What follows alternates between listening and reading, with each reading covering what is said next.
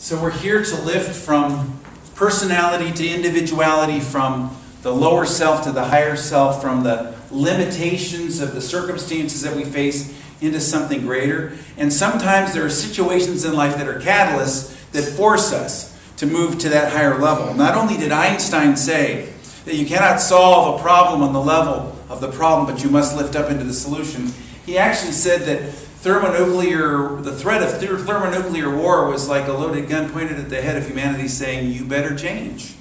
And he meant that. And honestly, how much of the world's circumstances today, which, as I shared a moment ago, historians say we have less war in the world today per capita than at any time in human history. Not that it's all roses.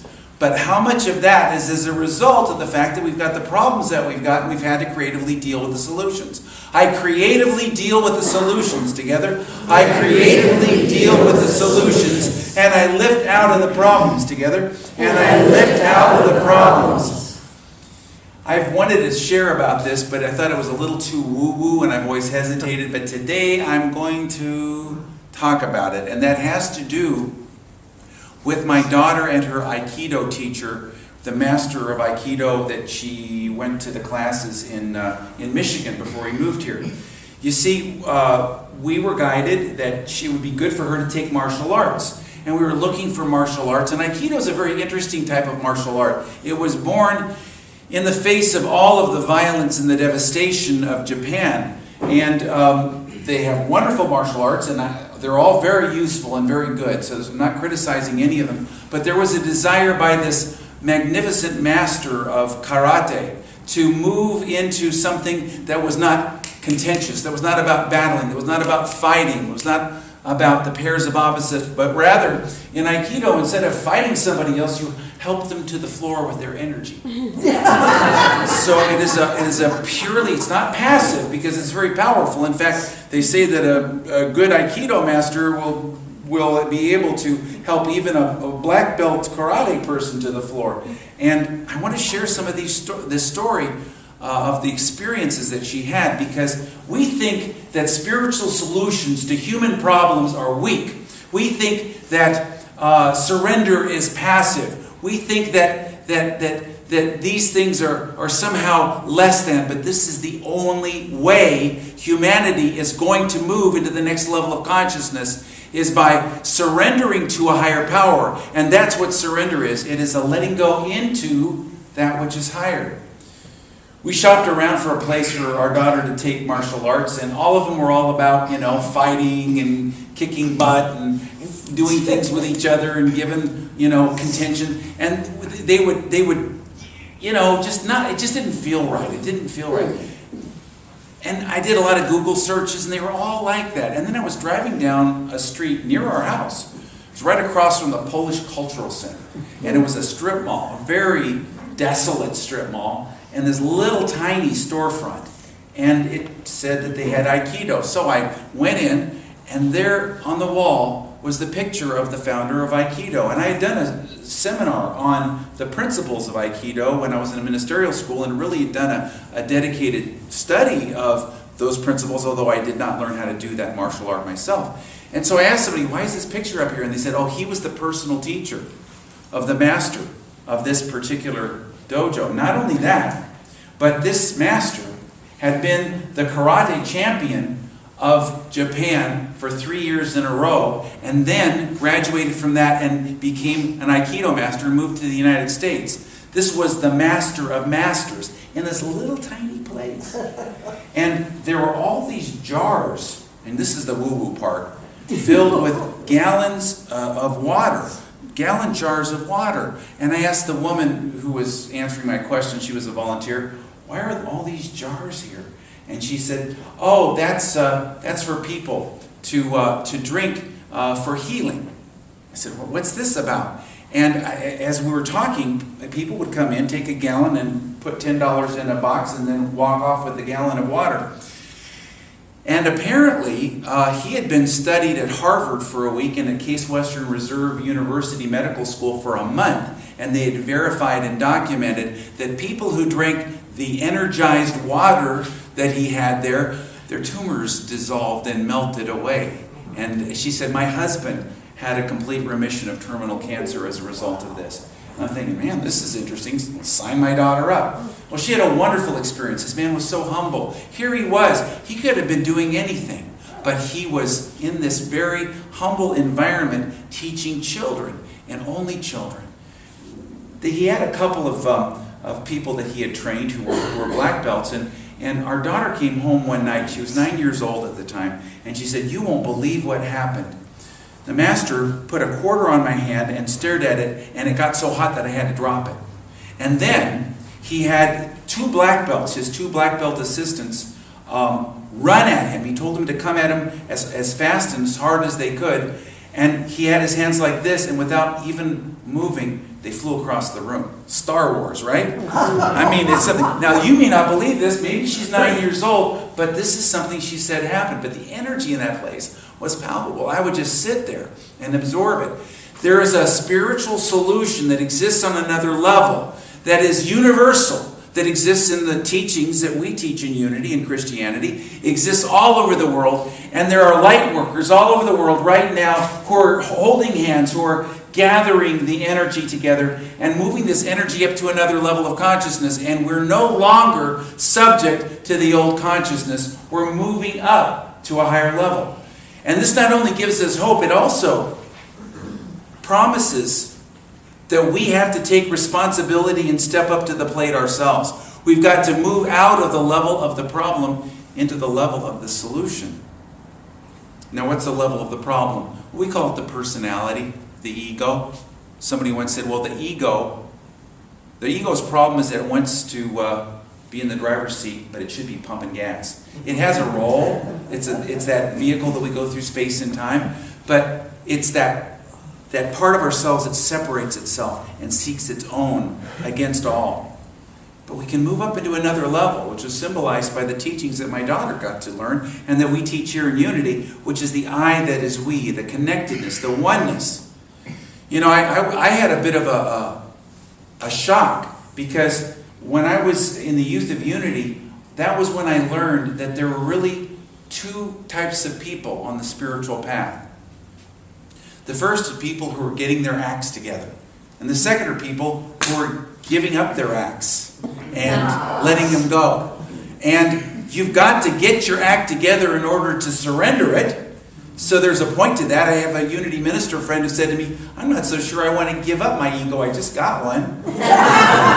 You know, there's a point at which you've got to get your act together. John the Baptist, according to Emily Cady, represents the getting your act together. It's the following the rules and the repent and all the structures and and there's a time humanity has needed, and people still will need, who are at a certain level of consciousness, the rigidity and the rigorous rule giving and the outer observances. Those things are good, but what Jesus came to teach, and all masters come to teach, is that we no longer need to be restricted by the old strictures of those rules and move from religion into spirituality.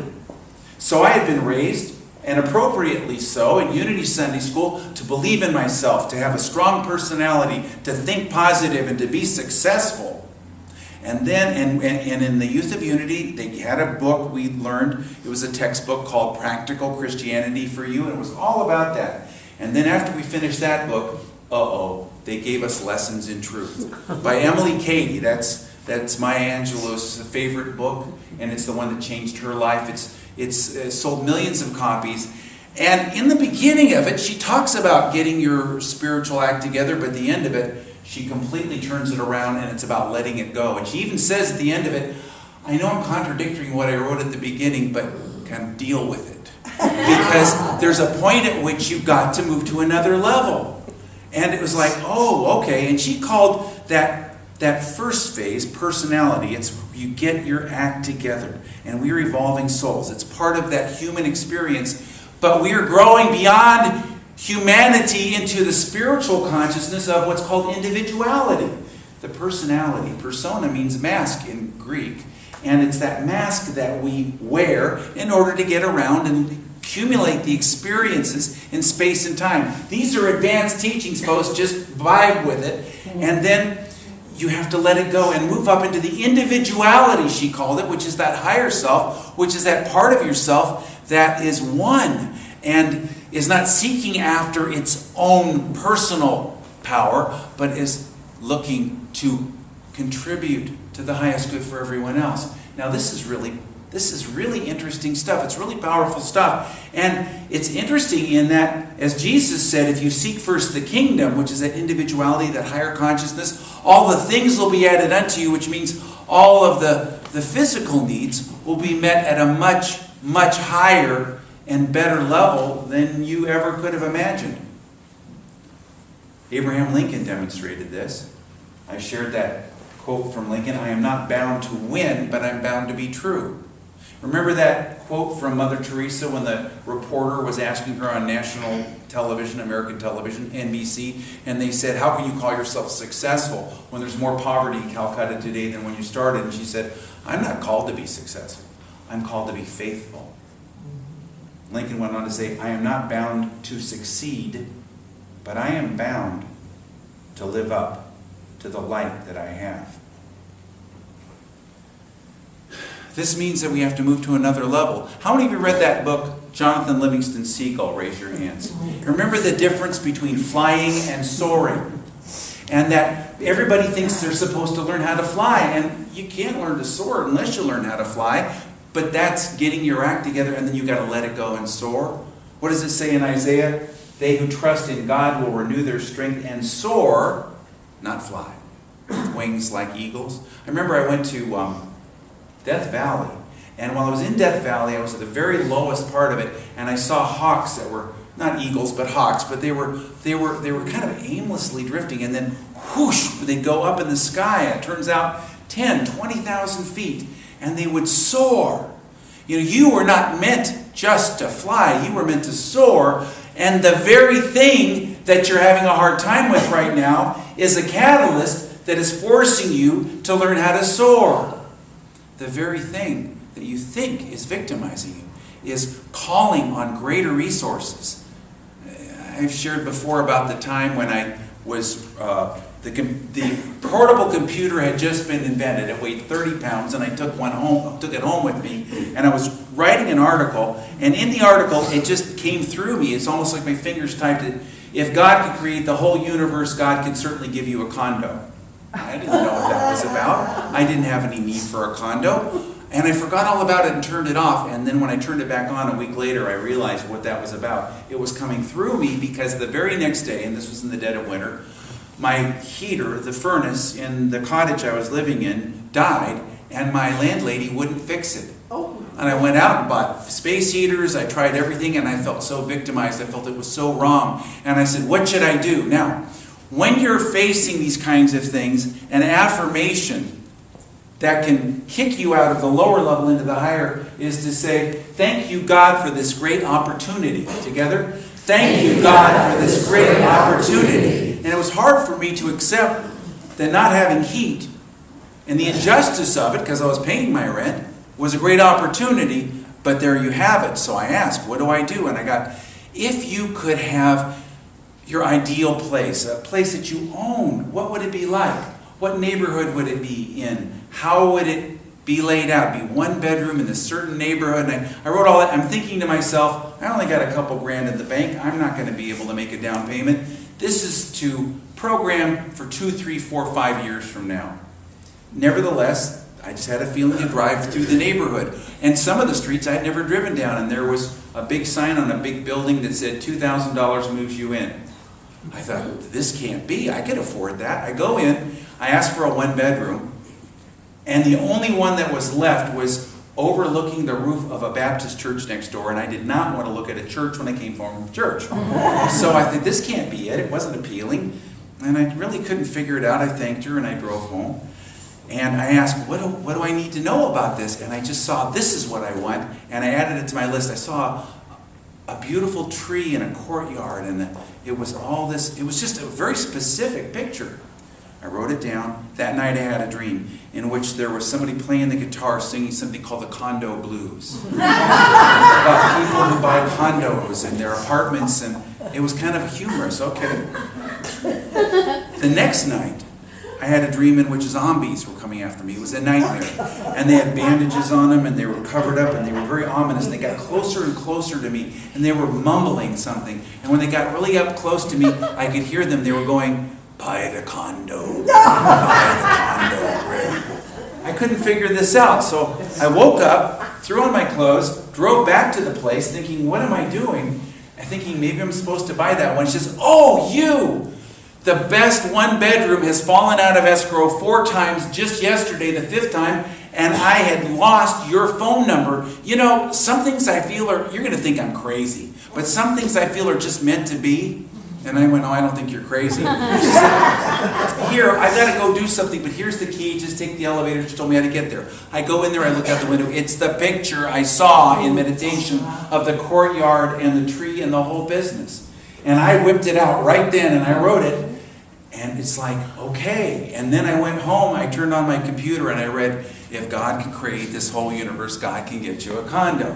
I'm telling you this because we think the solutions are so limited. We think that there's only so much to go around. We think that whatever the problem is that we're stuck in, whether it's on a global sense or whether it has to do with our own personal lives, that these define us. But you think about it. My landlady meant no good. No good to me whatsoever by not being willing to fix it. And by the way, she ended up fixing it in the end. What was this about? Well, Joseph said to his brothers, "You meant it for evil, but God meant it for good." God meant it for good." Now that story, briefly, is that he had dreams about his brothers bowing down to him like sheaves of wheat. And they didn't like it one bit, and they were going to kill him.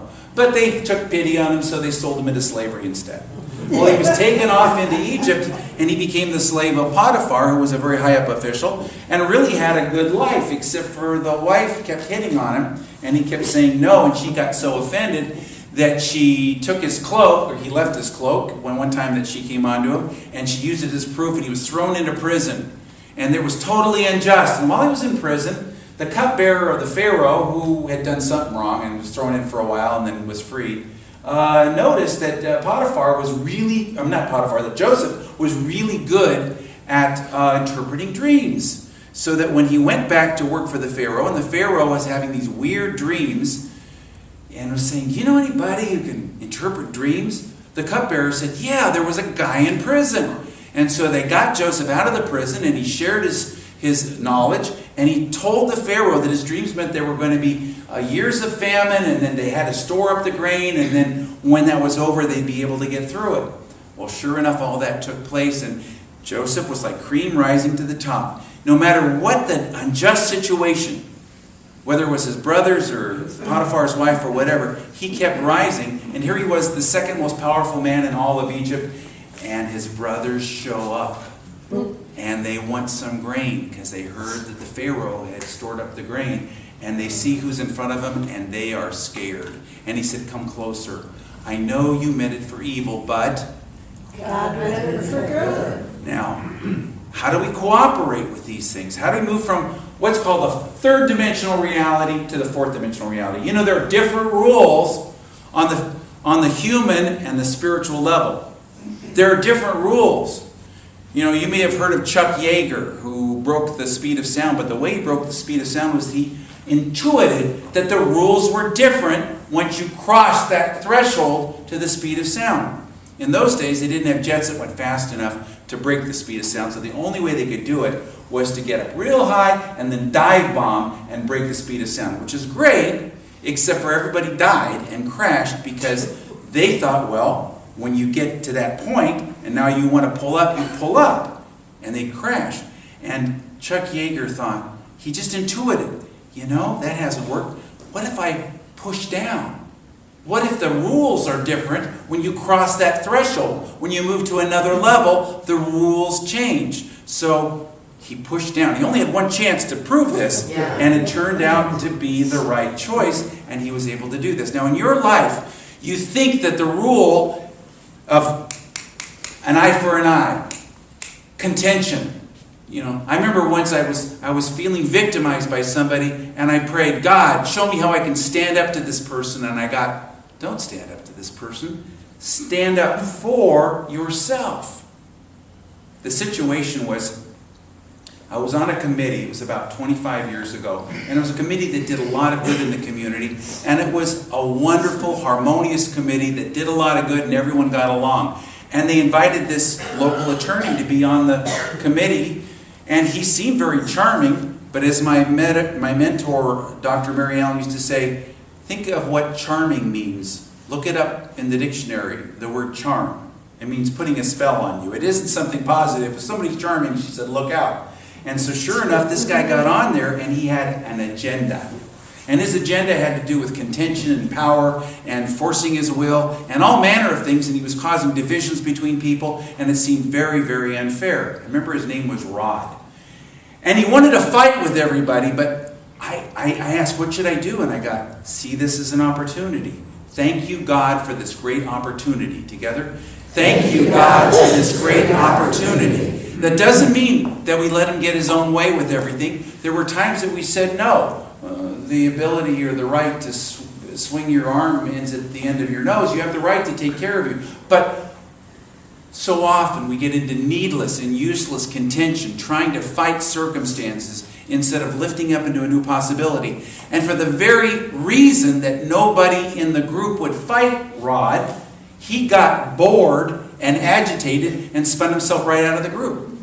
But the weird thing in retrospect was that we realized that Rod being there, unconsciously and unwittingly, exposed all kinds of things that we had never looked at. Things that we really weren't, because we were so comfortable. We never faced these things, possibilities and opportunities and things that we really weren't willing to dig deep and deal with. And out of it there came a complete transformation of that organization. Now you meant it for evil, but God meant it for good. Where in your life, whether it is this world situation or in your personal affairs, can you engage fully in compassion and love with the situations that are there, but not try to solve it at that level through contention, fighting, or fixing, but lift it up into a new level, into a new place? You know, Jesus talked about this, and it's a loaded term, but he called it being born again, and it's not a religious experience and has nothing to do with what people are talking about. It has to do with living from a spiritual level and being in a higher consciousness. And when you lift up into that higher consciousness, you're not living from the human level, that limited level, but from the spiritual level. My meditation teacher, Jane Elizabeth Hart, who wrote Spiritual Power Tools and came up with the 7-step method, likens this, her analogy, and we're kind of up to our neck in analogies today.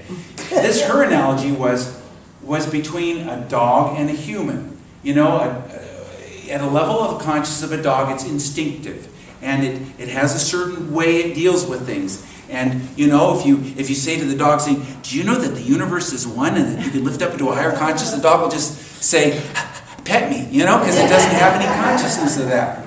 But if you lift up into the human consciousness, it's a completely different set of rules. Similarly, when we move from the human consciousness to the spiritual consciousness, from what's called the 3rd dimensional into the 4th dimensional, from the religious into the spiritual, it's a whole different set of rules, which brings me to the joke that they did not laugh at 11, so it's your duty to laugh at it here. It's about the man, you may have heard about it, it was on the internet, who went, he said it was a true story, he was shopping for dog food at Costco. You know about this one? And he's standing in line at Costco with a 50-pound bag of Purina dog chow. And the woman behind him said, oh, you got a dog? And he thought to himself, should I say, no, I have an elephant. But then he thought, you know, I'm retired. I have a lot of time on my hands. I think I'll just have some fun with it. So he said to her, no, I don't have a dog. I'm on that Purina diet. And she said, what? What Purina diet? He said, well, you get a handful of Purina dog chow, you put it in your pocket, and all day you just take little bites whenever you get hungry. And she said, oh wow, does it work? He said, well, yes and no. I lost 50 pounds last time I tried it, but I woke up in the hospital and I had to stay there for a month. I had tubes coming out of me. She said, oh my gosh, if it poisons you like that, why are you going back to do it again? He said, oh no, it works just fine. In fact, this has all the nutrition that you could possibly need. But the problem was when I lifted the leg on that fire hydrant, I got hit by a truck. See, that's funny. Come on. So there's something in your life that is calling you higher. You're going to have some humor. You got to deal with things with humor. You got to lift up into that which is lighter. And sometimes one of the most powerful ways to do it is a simple visualization where you don't have to, work all metaphysically about things, but you just do something very basic. Because you are in charge of your level of vibration. You are in charge of your level of consciousness. If you're looking for a healing or a circumstance to shift, you are the one that must make that decision. And when you do that, sometimes you can use the simplest, most basic visualizations. So once again, I want you to close your eyes and open your heart and lift up. Lift up. And some of us will be using a hot air balloon. Others will be using an elevator or a rocket ship dropping its old payload. And just move up. Feel yourself lifting into that higher level of consciousness. I am not of this earth. I am not a limited consciousness. I am moving into my spiritual wholeness, the spiritual essence of me.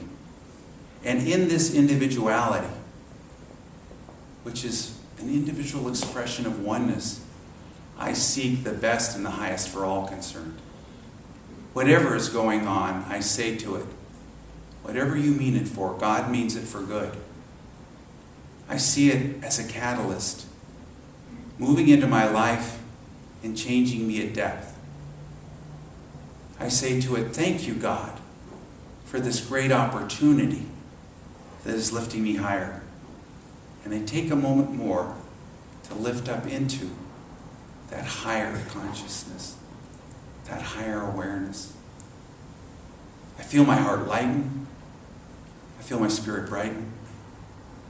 And I say, thank you, God, for the divine solution to every perfect problem, even on a global level. And just feel the opening and the upliftment.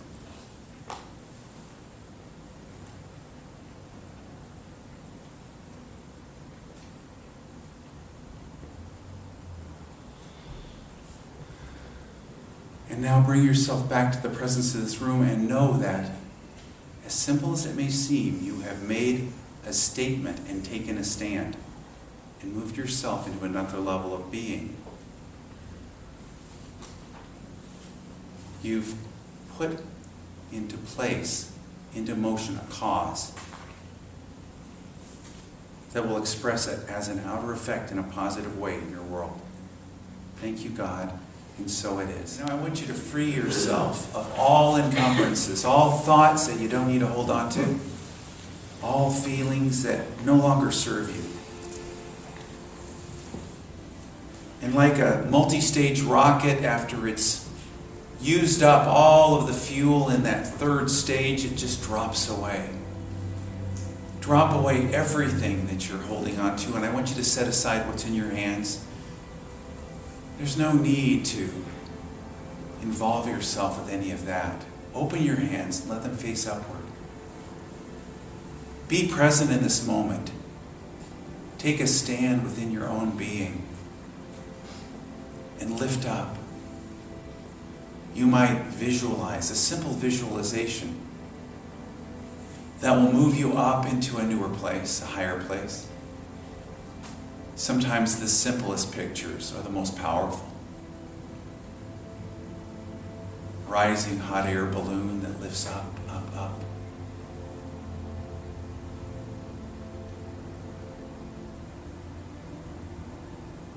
A rocket that is lifting into the sky, that goes higher and higher and drops away everything that it doesn't need. Moving up in an elevator to another level that's free and fresh and clear, or just imagining yourself suspended in the sky with blue all around you. Choose that which lifts you up, lightens your heart, and moves you into that place where the solution and the solution only dwells. No longer entangled in the problem, but lift it up into the solution, knowing not only that this too shall pass,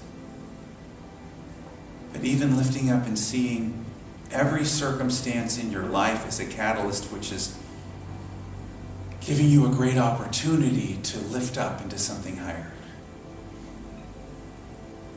Boldly praying, thank you, God, for this great opportunity. Thank you, God, for the lifting up into this new place. That even as every limitation leads to a release and an expansion, every crucifixion leads to a resurrection, every limited consciousness leads to that which is higher. So we lift up on behalf of all humanity the hearts and the minds of the people who are struggling now with the thoughts of why and how and what. And we lift them up with us into that higher place that is fully engaged in compassion with the heart wide open, and yet knows that humanity is growing and evolving and progressing and learning, even as we are growing and progressing and learning. And so we lift up into that light, that spaciousness, that love, that consciousness that has no opposite, that is the solution to every problem, that oneness with God. This too is calling for more God light and oneness. And so releasing all thoughts, all problems, lift up into that light. Feel it, see it, know it. Imagine. Imagine.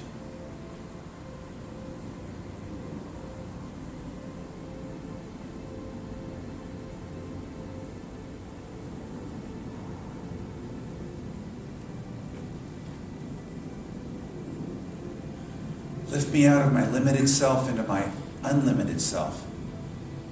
The personal of me into that individuality which is already one with the answer, that is the solution. Thank you, God, for that divine solution to every circumstance. And to those circumstances we say we cast this on God and we are free and we move. We move. We move. And so it is. Now we're going to take our offering, and our offering is, I give from my higher self and I receive abundantly. Together? I give from my higher self and I receive abundantly. And silently. And again aloud together. I give from my higher self and I receive abundantly. And so it is.